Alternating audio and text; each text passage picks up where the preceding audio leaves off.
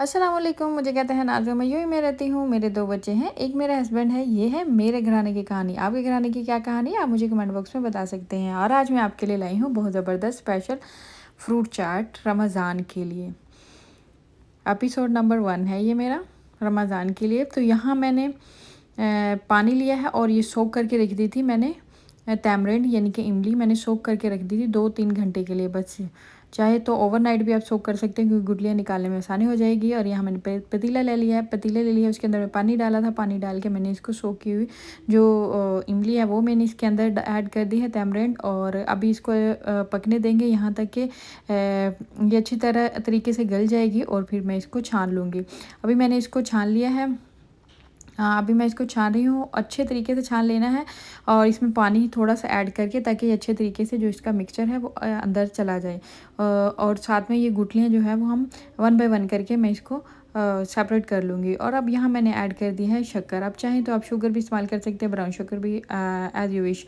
तो यहाँ मैंने एक प्लेट ली है, उसके अंदर मैंने कॉर्नफ्लोर 1.5 जो है रेगुलर स्पून जो है वो मैंने इसके अंदर ऐड कर दिया है। साथ में मैंने चिली ऐड कर दी है, फ्लेक्स चिली। और आप चाहें तो आप कोई और भी ज़ीरा वगैरह भी इस्तेमाल कर सकते हैं, ठीक है। और इस मिक्सचर के अंदर मैंने ऐड कर दिया ताकि ये थिक हो जाए। जब ये थिक हो गया तो चाट में बहुत मज़े का लगेगा, फ्रूट चाट में, ठीक है। तो अभी मैंने इसके अंदर ऐड कर दिया और साथ में थोड़ा नमक ऐड कर दिया है। स्पाइस आप अपने टेस्ट के अकॉर्डिंग भी आप इस्तेमाल कर सकते हैं, ठीक है।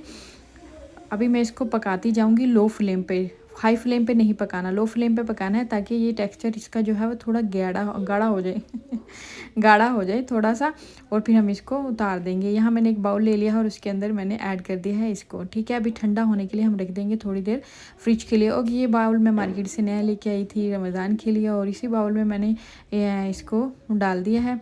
और यहाँ मैंने अपने पसंदीदा जो फ्रूट हैं आप वो ऐड कर सकते हैं। फ्रेश फ्रूट कोई भी जो आपको पसंद है वो आप इसके अंदर ऐड कर सकते हैं। यहाँ मैंने पाइनएप्पल लिया है, चेरी ली है और साथ में अनार दाना लिया है और शकरकंदी है इसके अंदर, वो मैंने इसके अंदर ऐड कर दी है। और ये मेरी इमली है वो जो हो चुकी थी ठंडी, वो मैंने इसके अंदर ऐड कर दी। फिर मैंने एक लेयर लगाई, फिर मैंने इमली की जो है सॉस की वो मैंने लेयर लगाई। आई होप कि आपको ये मेरी रेसिपी बहुत पसंद आएगी। या मैंने फिर अनारदाना ऊपर डाल दिया है, चेरी डाली है, ब्लूबेरी डाली है, पाइनएप्पल डाला है, सॉरी पाइनएप्पल नहीं पपाया डाला है।